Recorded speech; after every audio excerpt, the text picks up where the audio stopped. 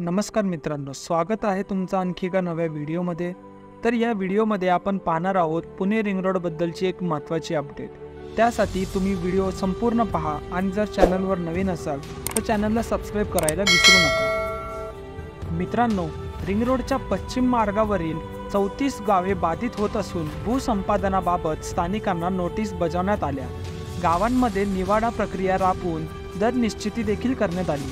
त्यानुसार स्थानिकांना नोटीस पाठवून 30 जुलैपर्यंत संमतीपत्र देण्याबाबत मुदत देण्यात आली असताना 21 ऑगस्टपर्यंत ही मुदतवाढ देण्यात आली।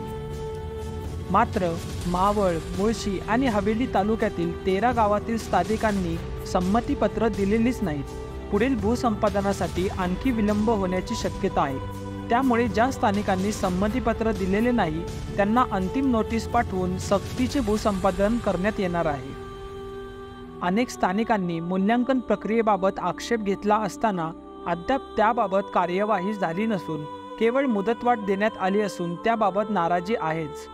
त्याचबरोबर बाधितांना नोटीस पाठवल्यानंतर सामायिक क्षेत्र असल्याने परस्पर मतभेद, वाद तसेच मृत्यू नोंद, वारसा नोंद, त्यांची कागदपत्रांची उपलब्धता, सातबाऱ्यावरील नाव असलेल्या व्यक्ती परगावी असल्याने विलंब, तसेच जागा क्षेत्रफळावरून असलेले कौटुंबिक वाद, कागदोपत्री झाले नसलेले फेरफार अशा अनेक कारणांमुळे संमतीपत्र रखडले आहेत। आता आपण जाणून घेऊयात संमतीपत्र न देणारी गावे।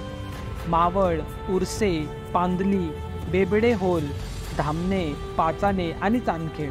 मुळशीमधील केमसेवाडी, अंबडबेट आणि जवळ। हवेलीमधील खामगाव, मांडवी, मोर्लेवाडी आणि थोपटेवाडी ही संमतीपत्र न देणारी गावे आहेत। तर मित्रांनो, पुणे रिंग रोड बाबतीत होणाऱ्या सक्तीच्या भूसंपादनाबद्दल तुमचे काय विचार आहेत ते कमेंटमध्ये सांगायला विसरू नका।